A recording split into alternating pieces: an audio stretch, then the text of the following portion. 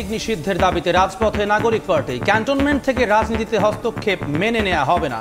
পুনর্বাসনের চেষ্টা হলে দমনের হুঁশিয়ারি।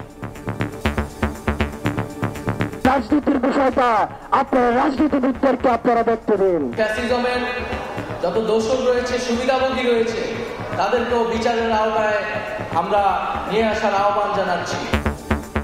ফ্যাসিবাদী দলকে নিষিদ্ধে 48 ঘন্টার আলটিমেটাম, অভ্যুত্থানে আহতদের। গণ অধিকার পরিষদের গণস্বাক্ষর। আওয়ামী লীগকে নিষিদ্ধের কোন ধরনের ঘোষণা কিংবা সিদ্ধান্ত না নেওয়া হয় তাহলে আমরা যারা জুলাই যুদ্ধে আমরা গণজমায়েত হব। আওয়ামী লীগ একটি খুনি মাফিয়া এবং একটি গণহত্যাকারী গোষ্ঠী। দেখছিলেন প্রধান শিরোনাম। সন্ধ্যার সময় সঙ্গে আছি আমি জুম্মান সাদিক জ্যাভলিন এবং আমি আফরোজা মৌটুসী। এবার অন্যান্য শীর্ষ সংবাদ। অনির্বাচিতদের ক্ষমতায়নের চেষ্টা দেখছে বিএনপি। ঐক্যমত্য কমিশনের প্রশ্নের ধরন নিয়ে প্রশ্ন। স্বৈরাচারের ফিরে আসা ঠেকাতে সব দলের ঐক্য চান তারেক রহমান। একাধিক গণমাধ্যমের মালিক হতে পারবে না কোনো কোম্পানি। সংস্কার কমিশনের প্রস্তাব, বাস্তবায়নযোগ্য সুপারিশ অবিলম্বে কার্যকরের আশ্বাস প্রধান উপদেষ্টার। ঈদযাত্রার জন্য প্রস্তুত সড়ক, রেল, নৌপথ। চলবে বিশেষ ট্রেন। সড়কে ফিটনেসবিহীন বাস চলাচল ঠেকাতে অভিযানে বিআরটিএ ও ডিএমপি। গ্যারেজ থেকে মুচলেকা আদায়। এবং আবাসন ও বাইং হাউস ব্যবসার আড়ালে মাদকের কারবার। হাতিরঝিলে 1.5 লাখের বেশি ইয়াবা সহ বিলাসবহুল গাড়ি জব্দ। স্বামী স্ত্রী সহ গ্রেফতার 4।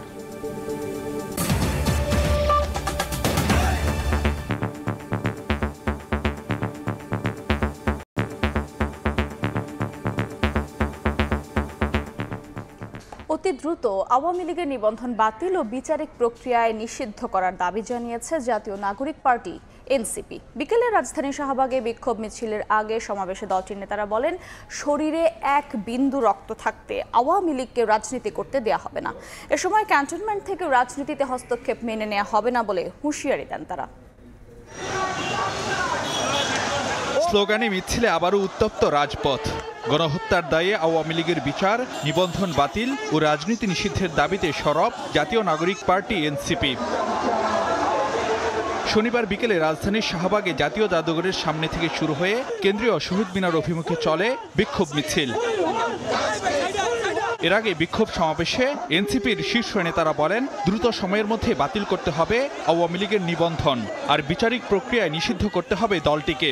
আমাদের পুনর্জন্ম হতে পারে, কিন্তু আওয়ামী লীগের পুনর্বাসন আমরা হতে দেব না। বাংলাদেশে আওয়ামী লীগের নামে কোন সাংগঠনিক, কোন রাজনৈতিক কার্যক্রম চলতে দেওয়া যাবে না। আওয়ামী লীগের নিবন্ধন যদি বাতিল করা না হয়, এই ছাত্র জনতা আবার রাজপথে এসে আওয়ামী লীগের নিবন্ধন বাতিল করিয়েই ছাড়বে ইনশাআল্লাহ। আওয়ামী লীগকে বিচার প্রক্রিয়ার মধ্য দিয়ে আওয়ামী লীগ বিষয়ে আপনাদেরকে সিদ্ধান্ত নিতে হবে। আওয়ামী লীগের বিচার প্রক্রিয়ার মধ্য দিয়ে আওয়ামী লীগকে নিষিদ্ধ করতে হবে। এনসিপি নেতারা বলেন, রাজনীতিতে ক্যান্টনমেন্টের হস্তক্ষেপ আর চলবে না। আপনাদের যাদের কাজ ক্যান্টনমেন্টে, আপনারা ক্যান্টনমেন্টেই থাকুন। আমরা আপনাদের প্রতি শ্রদ্ধা জানাই, সম্মান জানাই। দেশের সার্বভৌমত্ব রক্ষার ক্ষেত্রে আপনাদের যে অবদান রয়েছে সেটাকে আমরা স্বীকার করে নেই। কিন্তু আমরা বলতে চাই, রাজনৈতিক পরিমণ্ডলে আপনারা ক্যান্টনমেন্ট থেকে গত 16টা বছর যেভাবে নগ্ন হস্তক্ষেপ করেছেন, 24 পরবর্তী বাংলাদেশে রাজনীতি নিয়ন্ত্রণ করবে শুধুমাত্র রাজনীতিবিদরা। এনসিপি নেতারা বলেন, কোনো ব্যক্তি বা শক্তি আওয়ামী লীগকে পুনর্বাসনের চেষ্টা করলে তা প্রতিহত করা হবে। ফারুক ভিয়া, রবিন, সময় সংবাদ, ঢাকা। আওয়ামী লীগের পুনর্বাসন পরিকল্পনা কঠোর হাতে দমন করা হবে বলে মন্তব্য করেছেন জাতীয় নাগরিক পার্টির আহ্বায়ক নাহিদ ইসলাম। রাজধানীর বকশীবাজারে জুলাই বিপ্লবের শহীদদের স্মরণে আয়োজিত ইফতার মাহফিলে কথা বলেন তিনি। শুধু আওয়ামী লীগ নয়, ফ্যাসিবাদদের দোসরদের বিচারের আওতায় আনার দাবিও জানান নাহিদ ইসলাম। আওয়ামী লীগের পুনর্বাসন কোন ধরনের পরিকল্পনা করলে তাকে কঠোর হস্তে দমন করা হবে। এবং শুধু আওয়ামী লীগ নয়, এই ফ্যাসিজমের যত দোষক রয়েছে, সুবিধাভোগী রয়েছে, তাদেরকেও বিচারের আওতায় আমরা নিয়ে আসার আহ্বান জানাচ্ছি। আমরা দেখেছি জুলাই গণঅভ্যুত্থানে পুলিশকে কিভাবে ব্যবহার করা হয়েছে।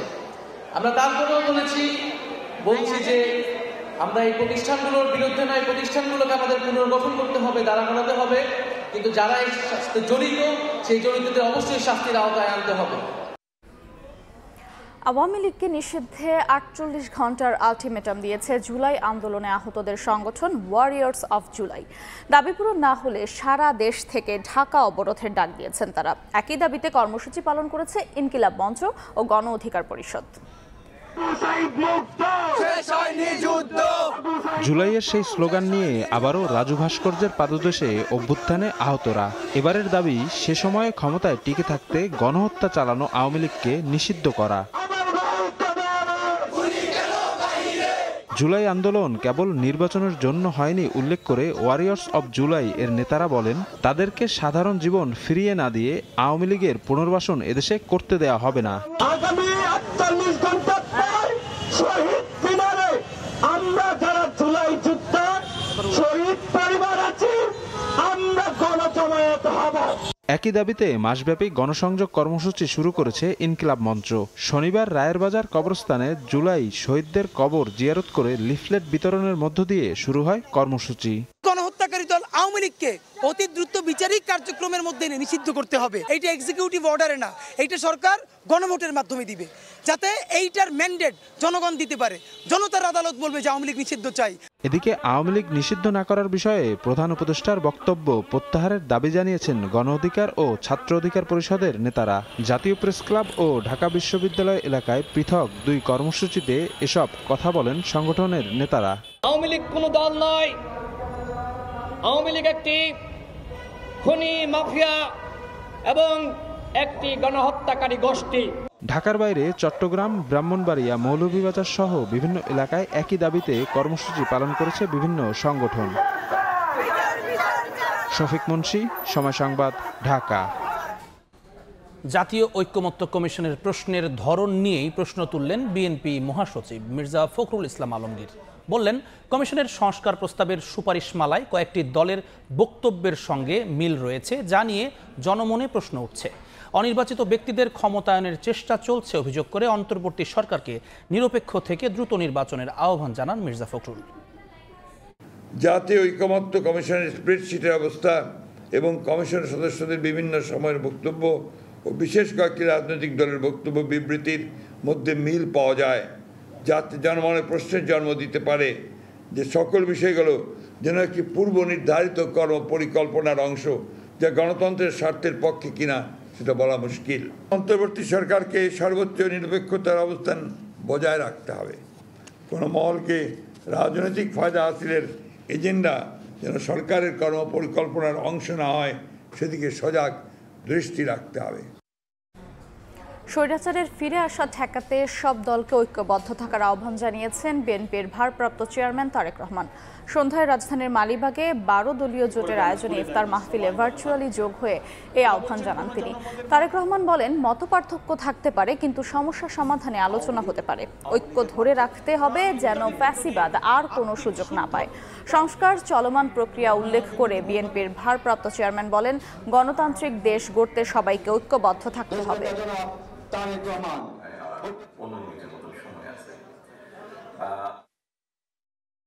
সংস্কার শেষ হয় না, সংস্কার চলমান প্রক্রিয়া। আমরা একটি জায়গায় আসব, একটি জিনিসের ভালো কিছু করব, ভালো পরিবর্তন করব, পরবর্তীতে আরো বেটার কিছু করার চেষ্টা করব।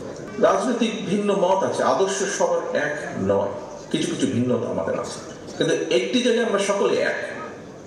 বাংলাদেশ, বাংলাদেশের মানুষ, গণতন্ত্র, এখানে কিন্তু কোনো বিভেদ নেই। সকলকে আমি আহ্বান জানাবো, অনুরোধ করব আমার দলের পক্ষ থেকে, আসুন যেই ঐক্যকে নিয়ে আমরা স্বৈরাচারকে বিদায় করেছিলাম, সেই ঐক্যকে আমরা ধরে রাখি।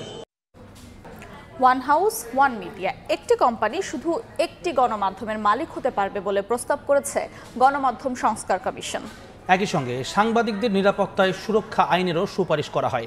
শনিবার দুপুর 12টায় রাষ্ট্রীয় অতিথি ভবন যমুনায় কমিশনের সদস্যরা প্রধান উপদেষ্টার কাছে তাদের প্রতিবেদন জমা দেন। গণমাধ্যম সংস্কার কমিশনের প্রধান বলেন, আওয়ামী আমলে জনস্বার্থে নয়, রাজনৈতিক পরিচয়ে গণমাধ্যমের মালিকানা দেয়া হয়েছে। এছাড়া গণমাধ্যমে কালো টাকা ঢুকেছে বলেও জানান তিনি।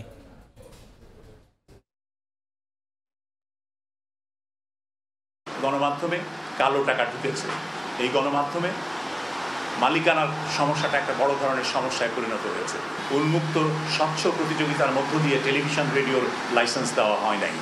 অনলাইন পোর্টালের যে নিবন্ধন দেওয়া হয়েছে সেটাও কোনো স্বচ্ছ উন্মুক্ত প্রতিযোগিতামূলক পরিস্থিতির মধ্যে দিয়ে বা পরিবেশের মধ্যে দিয়ে দেওয়া হয়নি।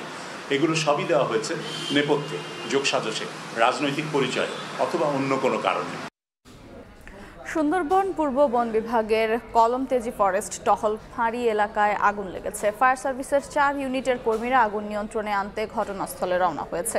সকালে বনের টেপারবিল এলাকা থেকে ধোঁয়া উঠতে দেখেন স্থানীয় বাসিন্দারা। খবর পেয়ে ঘটনাস্থলে ছুটে যান বনকর্মীরা। খাল থেকে আগুন লাগার ওই এলাকার দূরত্ব বেশি হওয়ায় পানির উৎসের অভাবে আগুন নেভাতে বেগ পেতে হচ্ছে। আগুন যেন ছড়াতে না পারে সেজন্য চারপাশে ফায়ার লাইন কাটা শুরু করেছেন বনরক্ষীরা। খালে জোয়ার হলে আগুন নিয়ন্ত্রণে নৌপথে পানির পাম্প নেওয়া হবে বলে জানান তারা।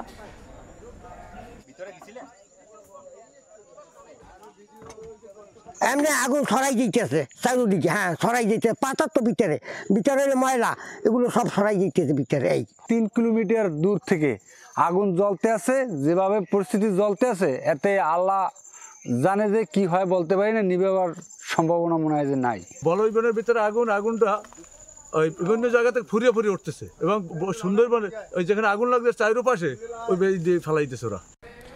চট্টগ্রামে বন্য হাতির আক্রমণে 7 মাস বয়সী এক শিশু মারা গেছে। হাতিটি সুর দিয়ে শিশুটিকে টেনে তুলে আছড়ে ফেলে দেয়। শুক্রবার রাত 2টার দিকে কর্ণফুলী উপজেলার জামাদার পাড়ায় এ ঘটনা ঘটে। হাতির আক্রমণের সময় শিশুটি একটি ঘরে ঘুমিয়েছিল। এ সময় ঘরটিও ভেঙে ফেলে হাতিটি। আহত হন শিশুটির মা খাজিমা বেগম। হাতিটি চলে গেলে স্থানীয়রা খাজিমাকে উদ্ধার করে চট্টগ্রাম মেডিকেলে ভর্তি করেন। এলাকাটিতে হাতির আক্রমণ রোধে ব্যবস্থা নেয়ার দাবি জানিয়েছেন স্থানীয়রা। এবার ঈদ কেনাকাটার খবর।